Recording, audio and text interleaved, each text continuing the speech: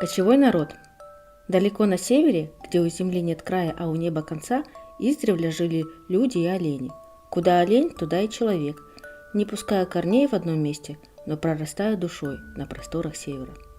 Когда олень останавливался, человек распрягал нарты. Семья вставала на стоянку. Стройные рядки, наскоро устроенных жилищ чурами, радостно курились дымком. Олени разбредались в поисках свежего мха, мужчины уходили на охоту, женщины оставались стеречь тепло. Днем ароматами сочного вареного мяса наполнялся воздух, а ночью широкое небо укрывало звездным одеялом своих кочевых детей, до утра рассказывая предания, от которых даже у бывалых охотников дух перехватывало. В одном таком стойбище, неподалеку от холодной быстрой речки, встретила свое 4-е лето Кындыкан, девочка с ямочками на щечках, из народа эвенов. Несмышленным младенцем она была, когда такая же речка забрала ее родителей. Суров север, жизнь человека, птицы, зверя – все лежат на одной ладони, одинаково хрупкие и ценные. Так устроено. Росла Кындыкан в семье младшего брата матери, на ласковых бабушкиных руках, окруженная заботой и любовью. Жизнь ее бежала весело, под звуки песен, что по утрам пела дядина жена, да на перегонки с мальчишкой, который был всего-то на полголовы выше, а уже гордо звался старшим братом Акка.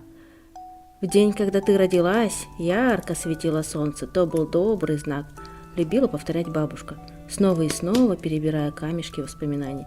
Ты была чуть больше белки и так громко плакала, что сам лесной дед выходил из берлоги тебя баюкать.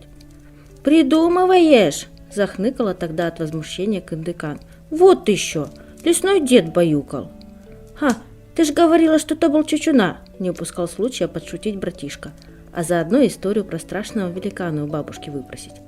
Поговаривали, будто чучуна хоть и похож на человека, но ростом с высокое дерево, и, подобно дикому зверю, весь шерстью покрыт, а свистит так, что оглохнуть можно. «Чучуна!» – бабушка поднимала бровь. «Эй, не болтай, о чем не знаешь. Чучуну-то в наших краях давно не видели. Встреча с ним добра не сулит. Волчье у него сердце». «А разве он волк? Или съел волка?» – засыпала вопросами бабушку Кындыкан. Много бед приносили волки стойбищу.